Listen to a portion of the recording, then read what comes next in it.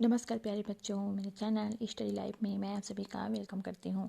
मैं आज आप लोगों के लिए हिंदी के 10 महत्वपूर्ण प्रश्न लाई हूँ जो कि वाक्य से संबंधित है। कॉम्पिटिटिव एग्जाम में अक्सर पूछा जाता है और हम कंफ्यूज हो जाते हैं, तो आइए यह कन्फ्यूज़न दूर करते हैं। देखते हैं पहला क्वेश्चन है राम पढ़ता है।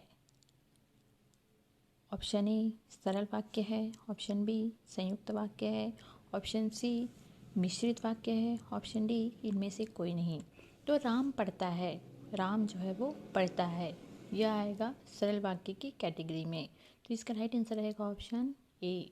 चलिए बढ़ते हैं सेकंड क्वेश्चन है आपका, उसने परिश्रम तो बहुत किया किंतु सफलता नहीं मिली। अब इसमें दो वाक्य हो गए हैं, उसने परिश्रम तो बहुत किया और दूसरा वाक्य हुआ सफलता नहीं मिली और बीच में जुड़ा हुआ है किंतु।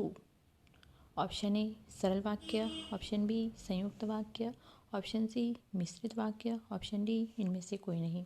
तो इसमें जो है दो वाक्य हैं और बीच में जुड़ा हुआ है, एक संयोजक लगा है किंतु, तो यह आएगा आपका संयुक्त वाक्य की कैटेगरी में। तो इसका राइट आंसर रहेगा ऑप्शन बी। चलिए बढ़ते हैं नेक्स्ट क्वेश्चन है, यदि सही दिशा में परिश्रम करोगे तो अवश्य सफल हो जाओगे। यदि बोला जा रहा है कि यदि सही दिशा में परिश्रम करोगे तो अवश्य सफल हो जाओगे। ऑप्शन ए सरल वाक्य, ऑप्शन बी संयुक्त वाक्य, ऑप्शन सी मिश्रित वाक्य, ऑप्शन डी इनमें से कोई नहीं। यदि सही दिशा में परिश्रम करोगे, किसी के द्वारा बोला जा रहा है कि तुम सही दिशा में अगर परिश्रम करोगे तो अवश्य सफल हो जाओगे। इसमें दो से अधिक वाक्य जुड़े हुए हैं, तो यह आएगा मिश्रित वाक्य की कैटेगरी में। तो इसका राइट आंसर रहेगा ऑप्शन सी।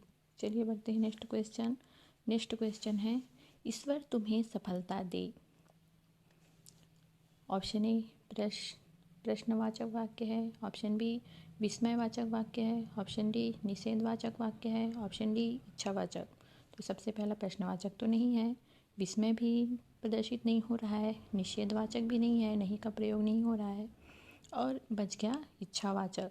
तो ईश्वर तुम्हें सफलता दे, यह इच्छा जताई जा रही है कि ईश्वर तुम्हें क्या दे, सफलता दे, तो यह आएगा इच्छावाचक वाक्य। चलिए बढ़ते हैं नेक्स्ट क्वेश्चन है आपका, संतोष से बढ़कर सुख नहीं। संतोष से बढ़कर सुख नहीं, यह कौन सी वाक्य की कैटेगरी में आएगा? मिश्र वाक्य, सरल वाक्य, संयुक्त वाक्य, इनमें से कोई नहीं। तो संतोष से बढ़कर सुख नहीं, ये बहुत ही एक सेंटेंस में, एक वाक्य में ही जा रहा है, तो यह आएगा आपका सरल वाक्य। चलिए बढ़ते हैं नेक्स्ट क्वेश्चन है, मजदूर मेहनत करता है किंतु उसके लाभ से वंचित रहता है। ऑप्शन ए सरल वाक्य, ऑप्शन बी मिश्र वाक्य, ऑप्शन सी संयुक्त वाक्य, ऑप्शन डी इनमें से कोई नहीं। पहला वाक्य है मजदूर मेहनत करता है और सेकंड वाक्य उसके लाभ से वंचित रहता है और बीच में जुड़ा हुआ है किंतु, तो यह आएगा आपका संयुक्त वाक्य से संबंधित।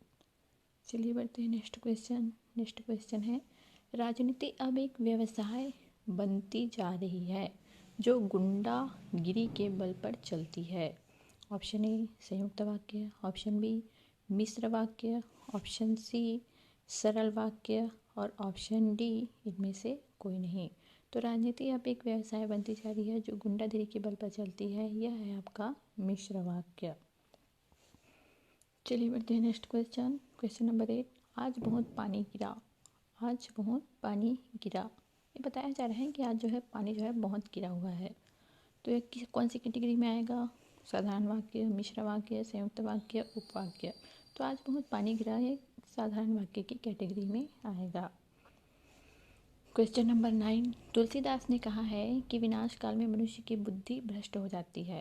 पहला वाक्य तुलसीदास ने कहा है, दूसरा वाक्य विनाश काल में मनुष्य की बुद्धि भ्रष्ट हो रही है।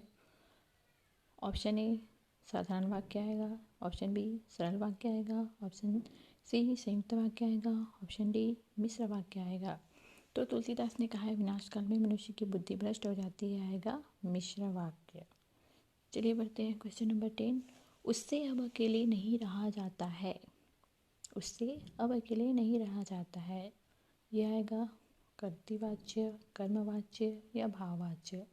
तो यह भाव प्रदर्शित हो रहा है यहाँ से कि उससे अब अकेले नहीं रहा जाता, एक व्यक्ति जो है अपना भाव प्रदर्शित कर रहा है, तो यह आएगा भाववाचक की कैटेगरी में। तो चलिए आज की क्लास यही समाप्त करते हैं। आशा करती हूँ आप सभी को मेरा वीडियो अच्छा लगा होगा। धन्यवाद।